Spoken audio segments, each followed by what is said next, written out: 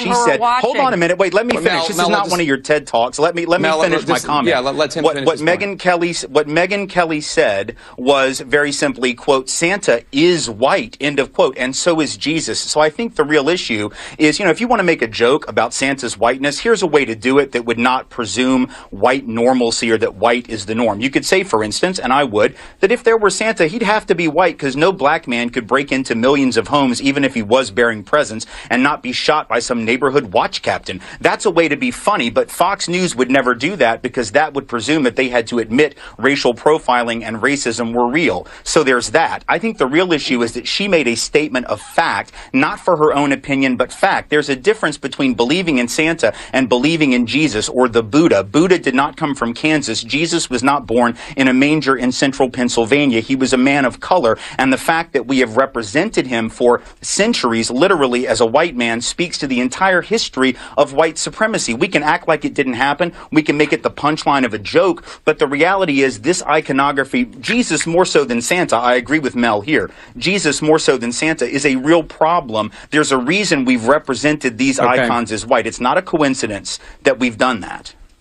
We can talk about a penguin, but here's a simple historical fact that's a lot more important than speculation about what a penguin would do to children. Here's the reality. The image of a white Jesus has been used to justify enslavement, conquest, colonialism, the genocide of indigenous peoples. There are literally millions of human beings whose lives have been snuffed out by people who conquered under the banner of a white god. That is a far more significant problem than whether a black writer in 2013 suggests somewhat humorously but perhaps seriously that we should change Santa to a penguin. Tim, no one's going to die because of that iconography. The white Jesus, white God imagery has literally resulted in death. That's something folks ought to deal with. Tim, without defending... Wow, I can't imagine Christmas morning at your house, Tim.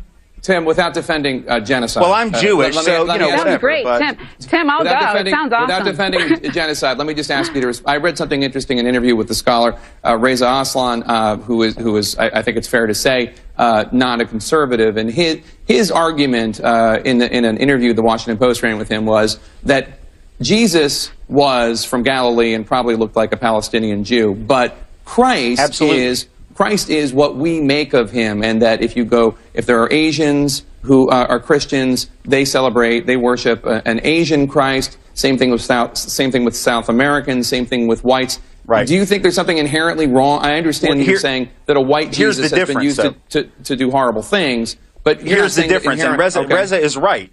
No, Reza's right, but the difference is that the power of others to make Jesus or to make Christ as they view him has never come close to the power of the European power to make Jesus white. In other words, black folks can think Jesus is black and view Christ as black, but at the end of the day, the image that has been used to dominate Christianity in this world and on this planet is the white image. So therefore, you can believe, you can think Jesus looks like whatever you want or that Christ looks like whatever you want. Ultimately, though, there is such a thing as power, and it's not equitable. And so if certain people have been able to impose their image of the Christ, of the Savior on others, or God, or Adam and Eve, the first human beings ostensibly as white people, to believe that that doesn't have an effect is to believe that advertising doesn't have an effect. It's to believe that companies that spend billions of dollars don't actually sell you stuff based on the images they use, which is nonsense.